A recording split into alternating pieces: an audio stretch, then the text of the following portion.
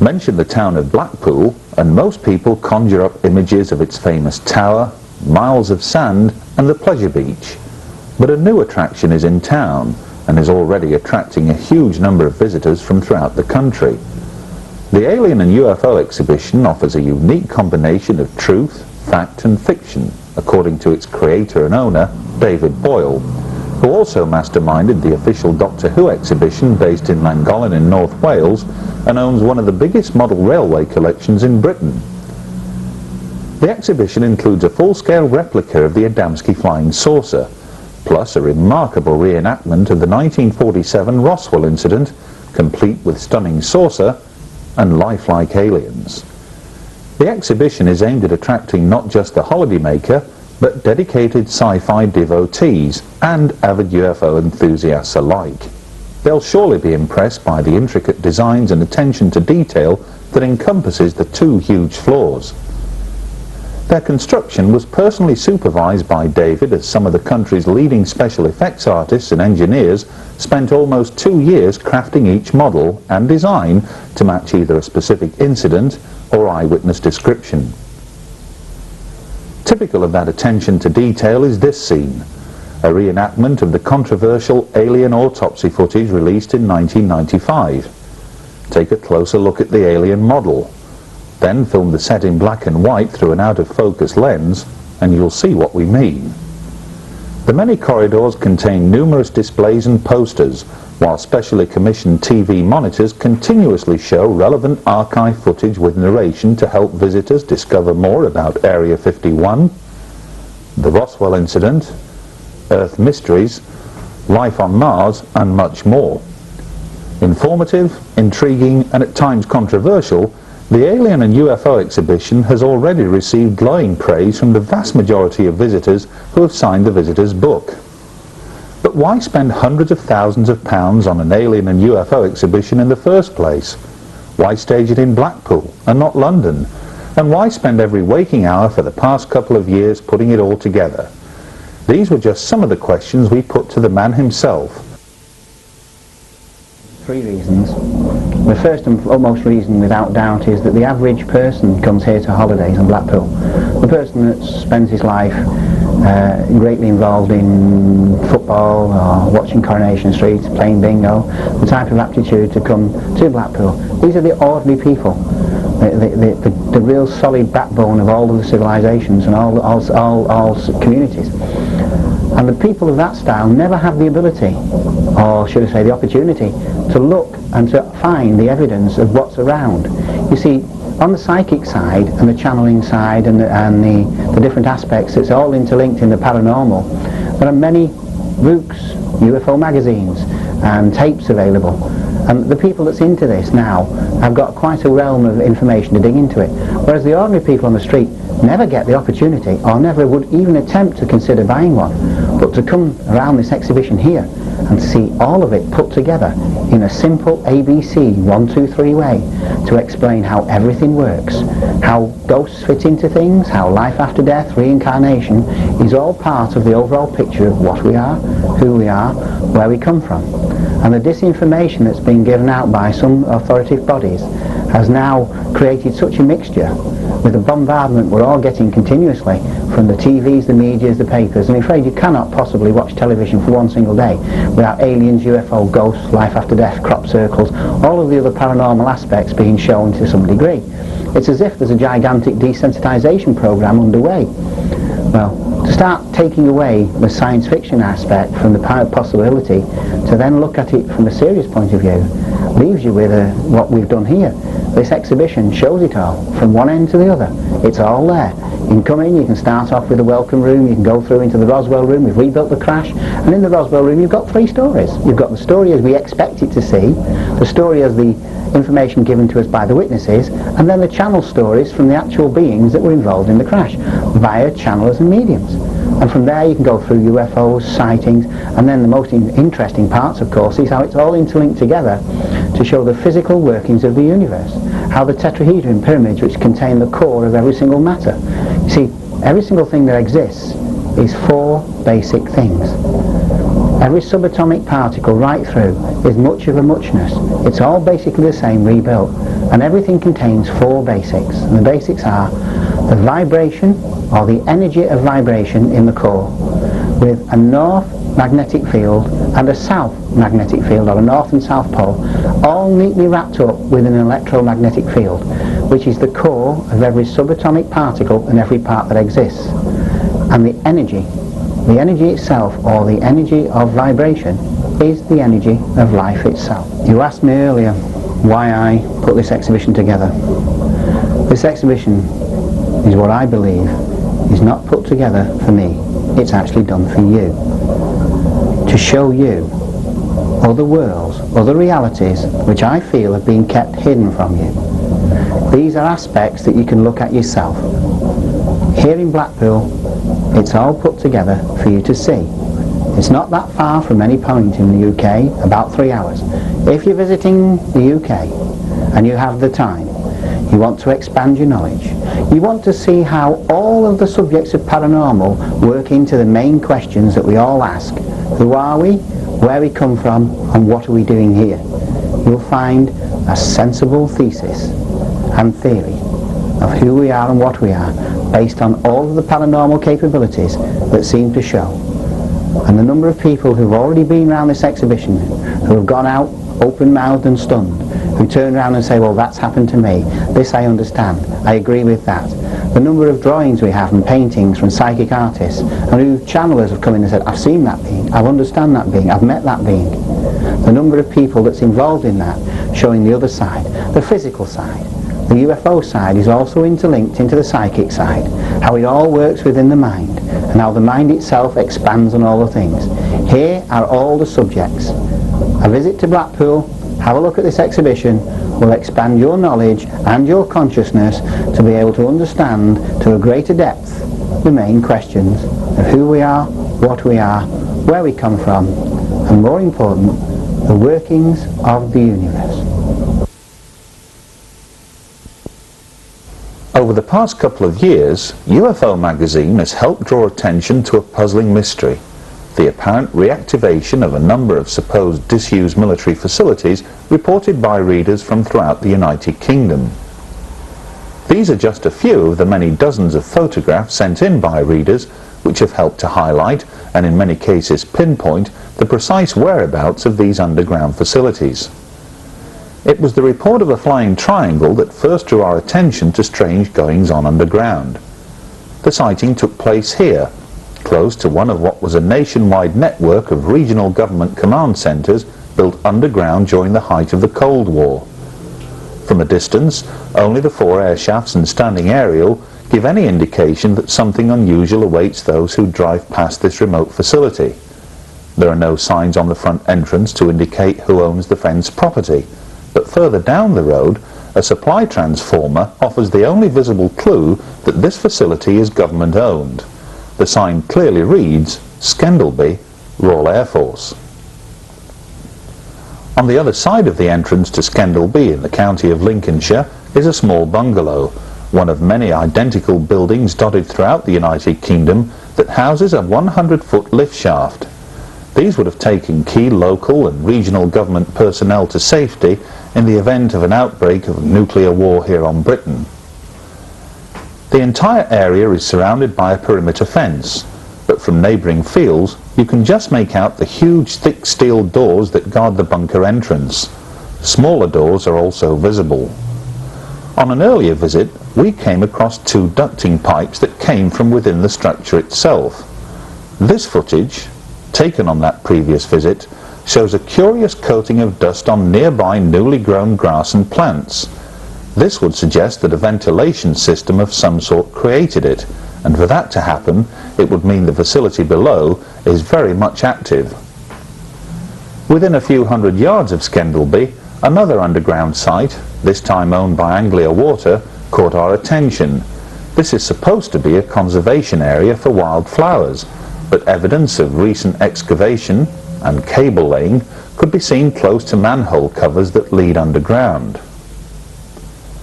Travel further up the east coast of England, circumnavigate miles of narrow country lanes, and you come across RAF Staxton Wold.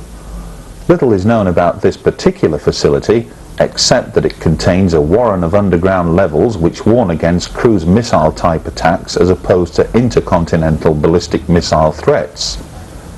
The huge and forbidding radome seen here can't be seen from the main road, and millions who visit the holiday resorts of Filey, Scarborough and Bridlington just a few miles away are probably oblivious to its presence. Travel further north up the coast towards the seaside town of Whitby, then across the bleak and remote North Yorkshire moors, you can't fail but to come across RAF Fylingdales. No longer adorned by its massive golf balls to warn against a surprise Soviet nuclear attack, instead you see a huge pyramid shape known as paved pores. Thousands work here, but you wouldn't know it, because most of this facility lies buried deep underground. Nick Pope, who ran the MOD's UFO desk between 1991 and 1994, once spoke to a technician here who confirmed they had tracked uncorrelated targets in space travelling at speeds in excess of 100,000 miles per hour. Travel southwest from Fylingdales towards Harrogate in North Yorkshire and one comes across RAF Menwith Hill, the biggest NSA communications base outside of the United States. This, of course, is set to become part of a new infrared anti-ballistic missile warning space network, or put another way, a new form of Star Wars defense system. Once again, the key personnel who work here operate from numerous underground facilities. Security is intense, which is one of the reasons we chose to film from a relatively safe distance. The Cold War is officially over, but just take a look at the massive manner in which RAF Menwith Hill is expanding. No one really knows what takes place there, but enough evidence has surfaced over the years which suggests that it can listen in and intercept every form of communication anywhere in the world. This is another curious facility which has attracted our interest over the past 20 years.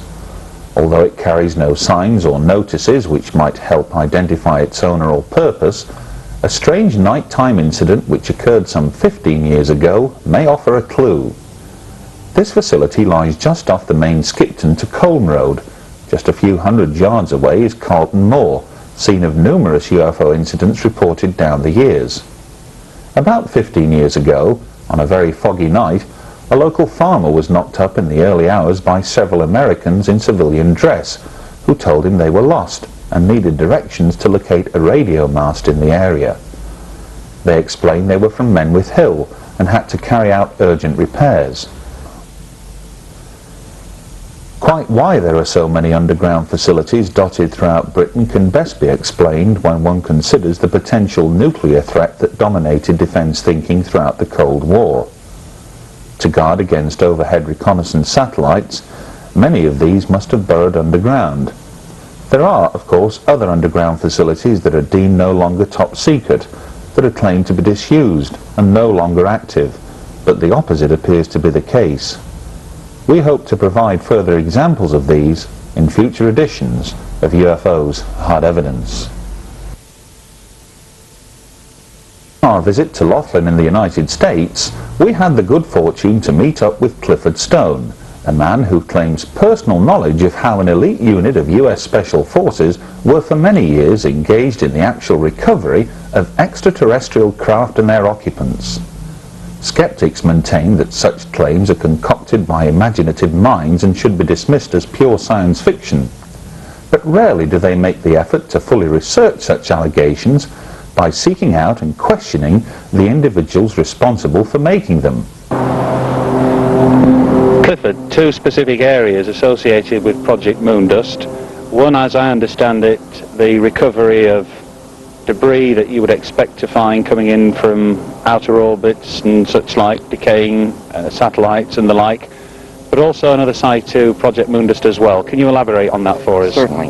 Project Moondust, by definition, is the overall field exploitation program of only two things: objects of non-U.S. origin, which would involve Soviet satellites, and of course we would want those for technical analysis to determine the capabilities of those satellites for intelligence purposes, and the other being objects of unknown origin. The objects of unknown origin is our interest of, our concern or our interest of that particular program. Now, in order to accomplish the recovery of these objects, the United States Air Force had in place what was called Operation Blue Fly Teams. These consisted of a three-man team that was prepared to go anywhere in the world to recover these said items. On more than one occasion, we have recovered objects of non-U.S. origin that was also of unknown origin. In short, the best that once they did the field exploitation, the best they could do is come a round circle, what we call round robin, to tell us what the objects were not, leaving us to only speculate what the objects were. In more than one instance, these objects were referred to as objects of non-earthly origin. In the intelligence community, you're very careful about saying interplanetary. It's a word you don't want to use. In the intelligence community, you're very careful about using the term UFO or unidentified flying object. Unconventional aircraft are unknown aircraft. Case in point, the unit involved with these programs was formerly the 4602nd Air Intelligence Service Squadron out of Fort Belvoir, Virginia, an Army post, but it was an Air Force unit that was doing this. A highly elite, the best the Air Force had to offer within the community. What most people are not aware of is that from the conception of that unit, just several months later, after it was conceptualized and formally activated, it took over the full investigation of UFOs. Have we got a year for this, roughly? Yes, sir. 1953, January the 21st, I believe it was, 1953. The 4602nd came into existence.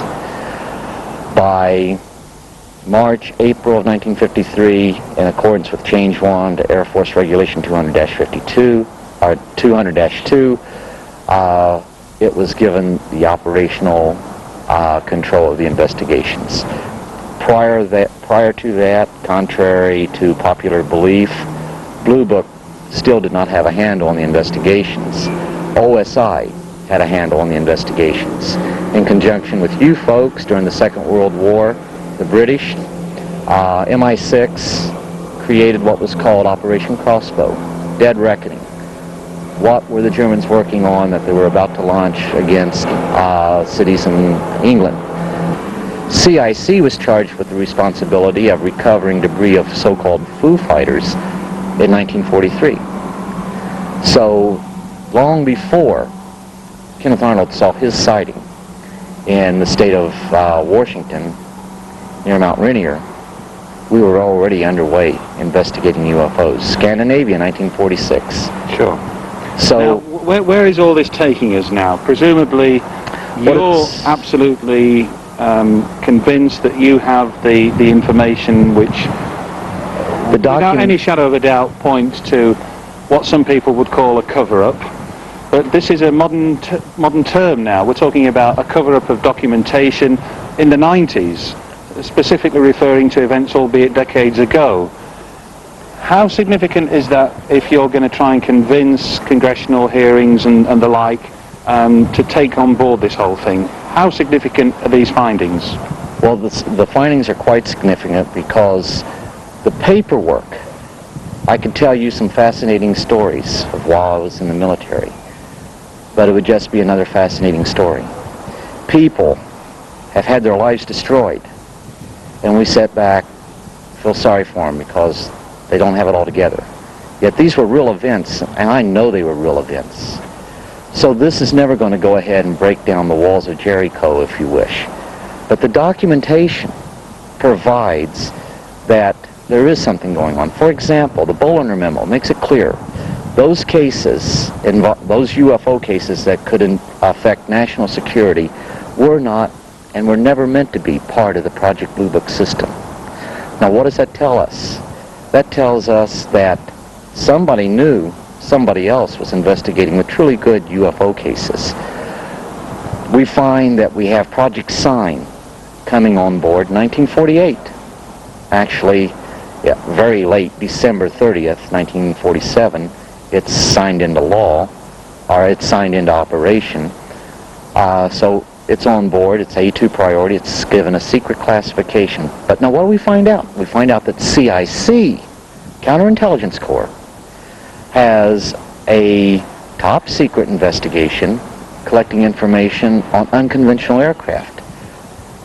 Take the definition of unconventional aircraft as reflected in these ancient records and UFOs, and what do we come up with?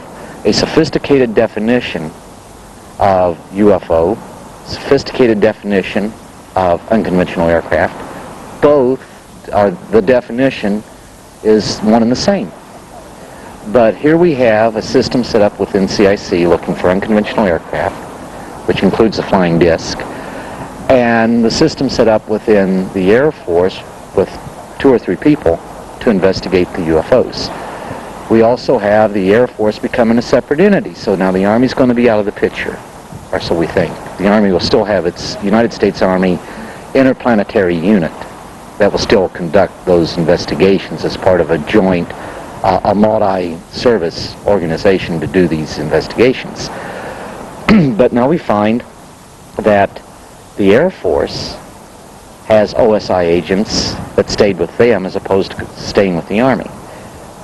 We now have the creation of the Office of Special Investigations. Former CIC agents fill those positions.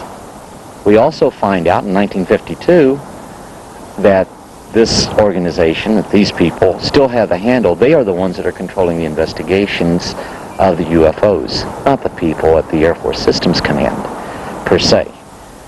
We find that at the creation of the 4602nd, the cream of the crop as far as the intelligence community goes, a really elite team, we find that they are given the investigations.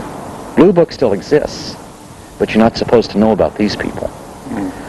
So here we have this organization that's going out investigating UFOs, and we find out that this organization, while it investigates UFOs, it's working with another very sophisticated unit that's so sensitive you're not supposed to know its name, the National Security Agency.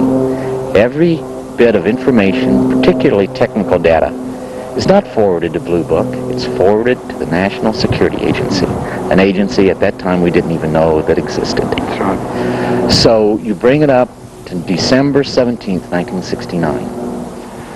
We terminate Blue Book. We terminate it and we state there are 3 basic conclusions. There are 3 conclusions that have been reached which would permit its termination. That is, 1, no UFO reported and evaluated by the United States Air Force has given any indication of being a threat to our national security. Very important conclusion. 2, no UFO reported and evaluated has given any indication of representing technological developments or principles beyond our present day of understanding. 3, no UFO reported and evaluated has given any indication of being of extraterrestrial origin.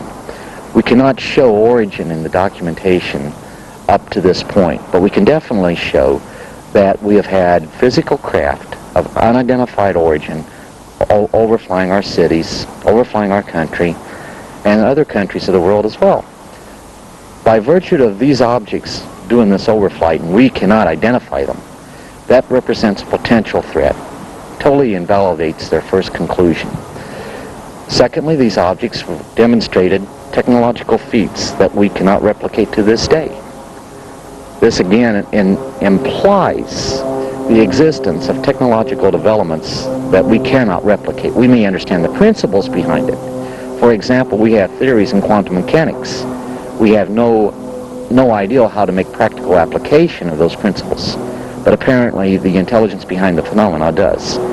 Then we have the Bollinger Memo, who says, let's do away with Blue Book, because those cases that could affect national security were never meant to be, nor are they, part of the Project Blue Book system. Here at UFO Magazine, we're fortunate enough to get quite a lot of videotape footage sent into the office. Most of it, of course, recorded on something similar to this. Getting on in years a little bit now, but typical Sanyo 8mm camcorder. Lots of them about. If you've not got a camcorder, or quite a good way to start into the hobby, if you like, you can probably pick one of these up for a couple of £100. Get to know the machine. If you're going out filming things on a night, lights in the sky, hopefully you're going to catch something you can call a UFO on your footage. But one or two little things to remember just before you do. Somewhere on the camera, auto manual focus. Manual focus all the time. Be accustomed to the camera. Get a feel for the focus ring. They do all vary a little bit, but basically the same idea goes through model to model. You get used to it, feel the focus, so the slightest movement will make a big difference on a very dull lit night scene. Also get used to this little thing. Sport optic finder is what it's normally referred to in the instruction booklet, but you'll find probably that the eyepiece has a focusable element on it. Now that means if you wear specs like me, you can get good resolution in the viewfinder, then start worrying about the focus on the front of the camera. Another trick as well that you might find useful, if you've got the facility, some do, some don't, but if you've got control over the iris, the exposure, if you can turn that to manual, and believe it or not, close the iris down slightly on nighttime footage. Try this for once if you like, just point at the moon, you get a nice moonlit sky, and the autofocus and the auto iris on the camera will show you the big white bright disc in the sky, but you won't see any detail. Now if you can get hold of the manual iris or manual exposure control and just turn that down a couple of notches, all of a sudden you'll see that the resolution and the detail on the moon's surface comes into view. And it's just simply the camera is trying to compensate for very bright against very dark, and vice versa, very dark against very bright. And automatic systems are really a problem, especially for nighttime footage. Enough on that though. Let's hope you go out there in the next few months and come up with a piece of footage. We get all sorts sent to us, and this is very typical. The modern computer helps us look very closely at things. You can see on this monitor here, could be a balloon in the sky. The letter that came with it from Boston in Lincolnshire tells me that two F-15 Strike Eagles were in the air slightly prior to this object appearing. Now for me, I have a feeling it looks a little bit like a balloon, but we can see what's happening here. The actual manual focus could have been used. The automatic focus is hunting, trying to lock onto the scene. But with the help of the computer we've managed to zoom into a few frames, and this is what we pick out. Very reminiscent of our spheres. that are being seen over Mexico City, and as we'll see a little bit further on in this programme, over Scotland. Let's just get you a frame here where you can see the object nice and clear. There we go, coming into view now, and there it is. A silver, light, reflecting spherical object. Who knows? My own thoughts, I think it may be a wayward balloon, a helium-filled balloon, something like that. But we're told it's 300 foot up in the air, there or thereabouts. We've got a nice map and elevation to give us good clues to the altitude. As you can see, a very cloudy day. My own thoughts on this one, I do really think it's a balloon. Right now though, it's time to take a look at some of the footage received here at the office of UFO magazine. Quite a lot there is too, but sit back and enjoy some of the clips like we have over the past few months.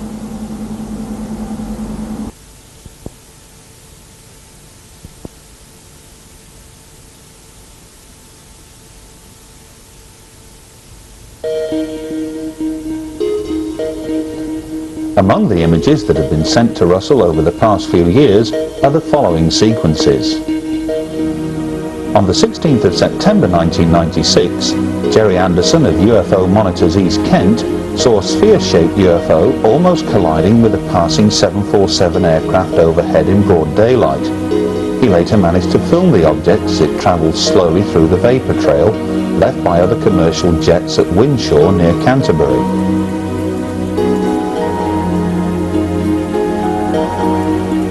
On the 4th of August 1998, Mrs. Tyre Hancock was puzzled by this bright light over Daventry at around 11:30 p.m. Meanwhile, Margaret Crook was watching a similar bright star-like object above her home at Fleur-de-Lys, Blackwood, Gwent. Remarkably, both women filmed the self-same object at the same time. But this UFO turned out to be nothing more than the planet Jupiter. Andrew Ellis of Yorkshire UFO Info conducted a lengthy investigation with fellow researchers John Prescott from Liverpool and Neil Cotty from Burton-on-Trent after a fellow member filmed unusual activity near East Midlands Airport between 10:15 and 10:30 p.m. on the night of the 27th of April 1998. A strange object was seen changing shape and colour seconds before an aircraft appeared in the same shot. The object then appeared to slow in movement as the aircraft passed narrowly by. Strobe light emissions would indicate this was a conventional aircraft, possibly seen from some distance away. On Monday evening, the 24th of August 1998, Leeds United entertained Blackburn Rovers, a match covered by Sky Television with the help of their aerial blimp. Internally illuminated, many people living miles away believed they were witnessing a huge UFO. Among them was S. McKinley, who filmed this object several miles away at Eccleshill in Bradford, West Yorkshire. At approximately 10:30 p.m. on Sunday, the 8th of August 1998, Christopher Martin and Jonathan Browning were sky-watching at Silbury Hill, Wiltshire. These images record the atmosphere of that night, one which was to lead to the appearance of a strange aerial object. Just as Christopher and Jonathan were preparing to leave the site, a black triangular-shaped object with three bright lights at each edge and a central red light appeared in the distance. Several other lights on both leading edges were also observed. A secondary light behind the main triangle was also seen and may have been a separate object. Both men estimated the distance at half a mile, an altitude of between 1,500 and 2,000 feet. The totally silent triangle first approached from the northwest and banked sharply before increasing speed to head off in a northeasterly direction. The object was travelling at approximately 300 miles per hour and estimated to be at least 100 foot across. At around 10:15 p.m. on Saturday, the 22nd of August 1998, and at the same location, Christopher Martin and his daughter Sophie observed a black delta-shaped object with three bright lights at each edge and a central red light that flashed intermittently. Several other lights, some flashing on both leading edges, were also observed. Once again, a secondary light behind the main triangle was seen together with a brief flash from a leading light.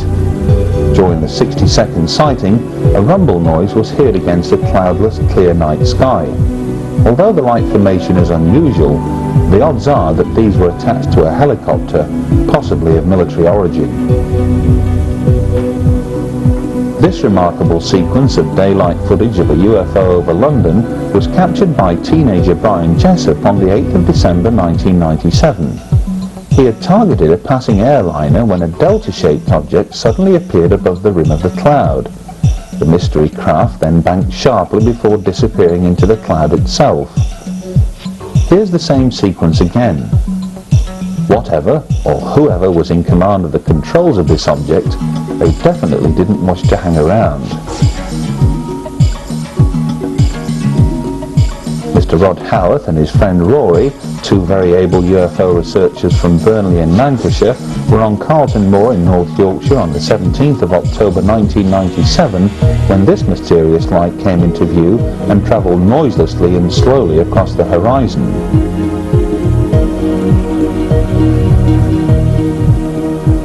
Hull UFO Society received this videotape from a local man who regularly watches the skies along the east coast of England while most folk are tucked up in bed. At 4:18 a.m. on the morning of the 14th of February 1997, a triangular-shaped formation of lights appeared in the distance and later appeared to hover. A short time later, a curious rectangular light formation came into view. This footage was taken on a Canon Hi8 with 40 times digital at full zoom on manual focus. There was no noise discernible.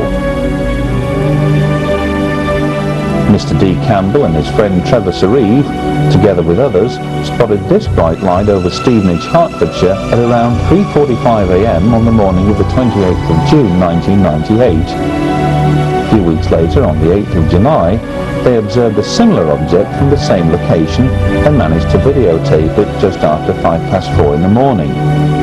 Seen through the camcorder lens and binoculars, the light gives off a myriad of colours and appeared almost barrel-shaped to observers on the ground. UFO Magazine's astronomy consultant, Andrew Pike, quickly calculated that the object seen on both dates was none other than one familiar to UFO researchers worldwide, the planet Venus. Millions of Britons holiday abroad each year, but it's rare for someone to come forward and claim they have filmed UFO activity while overseas. Stuart Wisdom from Middlesex recorded this object at 9 p.m. on the evening of the 22nd of July 1991 while staying on the holiday isle of Sola, Mallorca. The object was in full view of numerous witnesses for at least 20 minutes. The sighting prompted some interest at the time and was later officially explained away by the Spanish authorities as being nothing more than an Italian weather balloon. Peter Haddon of Deal in Kent submitted over 3 hours of alleged UFO footage which he claimed to have taken from his home throughout much of 1997. While a number of sequences left a lot to be desired, one in particular proved intriguing. Peter had positioned his camcorder in the garden on a fixed tripod and left it to record any unusual daytime aerial activity. A curious triangular-shaped object duly appeared and left behind a visible, if almost transparent, vapor trail in its wake. Watch the sequence again. Is this a trick of the light, or did Peter record something highly unusual over Kent that day?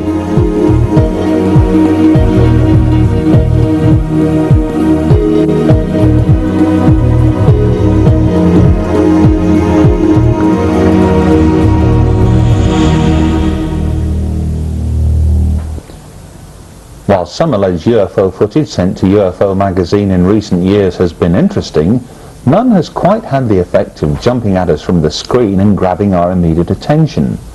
None, that is, until we received a brief 10-minute sequence of footage sent in by this man, Brian McPhee of Stirling, Scotland. An independent UFO researcher since 1989, Brian has managed to successfully record what some might label as among the most extraordinary UFO footage ever taken in the skies above Britain.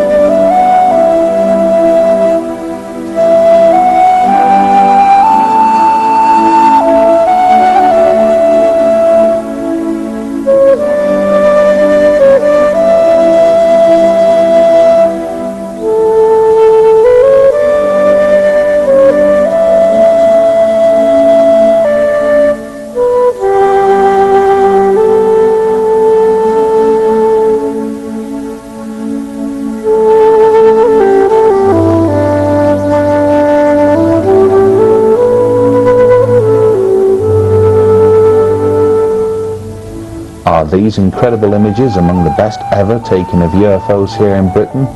What form of conventional or top-secret aircraft could possibly emulate the sort of astonishing speeds and manoeuvres seen here? None that we know of.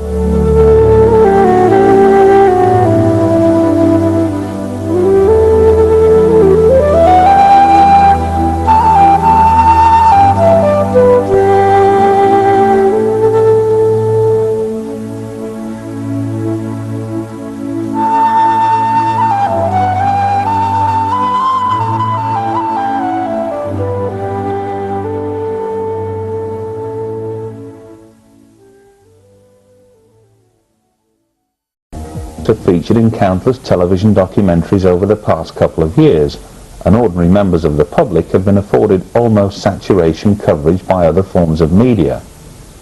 So what do they make of it all? We took our cameras onto the streets of Leeds, Britain's third largest city, to sample public reaction. Do you think we're the only people alive in the universe today? Nope, not at all. What makes you say that? There's a vast galaxy out there and there's got to be somebody else out there looking down on us. Yeah. What do you think about UFOs? I've never seen one, so I don't know. Whether they have or not, I'm not sure. There's been a lot of programmes on television recently about UFOs. Have you tuned in to any and taken a serious look at it? Not really, no. If it happens, it happens. If it doesn't, it doesn't. That's the way I look at it. So if there was an announcement about ET tomorrow that said we're not alone, what would you be doing? Would you change the way that you plan your day at all? Not really. I don't think so. I mean, curiosity would be there, and if they said he's in Leeds City Market, don't come and meet him, I'd probably say yes, I would. What do you think about UFOs? Do you think it's all foolish nonsense, or do you think that some people have honestly observed some curious things? Yeah, I reckon it's true. Some people might have. Because you photograph someone it's in paper, I don't know exactly draw it on. Have you ever seen anything unusual in the night sky? No. About a year ago. What was that? I don't know what it was. It was just like, it was faster than a plane. But we couldn't see what it was. I was on campus, you see, so I don't know what it was. So there others saw it as well? Yeah, there were loads of them, but as I said, I haven't seen them for ages. Do you ever take notice of the night sky on an evening? Yeah, every time you see a plane go by when I was little, I used to think it was a UFO. Really? Yeah. Have you watched any UFO programmes lately on the telly? Yeah, I'm watching, when they're on TV when they say it could be true, watch them all the time. That's true. So, in your opinion, some UFO reports could be the real thing? Yeah. I think the Americans are holding a lot down from us, not giving us information that we need to know to carry on with day-to-day life. If they just tell us what's going on around us, what's coming towards us, then maybe we can prepare for it. Yeah, so we do need to prepare because, we don't know what they're going to come in to do if they do come in. War, peace, whatever, we've got to be ready for something. Do you believe in UFOs? Yeah, I do. You do? Yeah. Is that because you've seen one, or is it because you've been convinced by television? I think I've been convinced by television, papers, etc. Yeah. Have you seen some of the recent programmes on UFOs? Yeah, quite a lot of documentaries. Middle of the Skies, for instance? No, I haven't. Channel 4? No, when's that? It's been gone, I'm afraid. But you think... Yeah, I think there must be something somewhere. Yeah. It's too big a place to just have a... So what do you think would be the public reaction if an announcement were made tomorrow that ET was suddenly there? Do you think the world would come to a stop, or do you think things would go on as normal? I think things are going as normal, but people have a little bit of faith in maybe they're going to bring something good. Do you believe in UFOs? I do actually, yeah. You do? And what about your family? What do you think about them? How do you feel about them?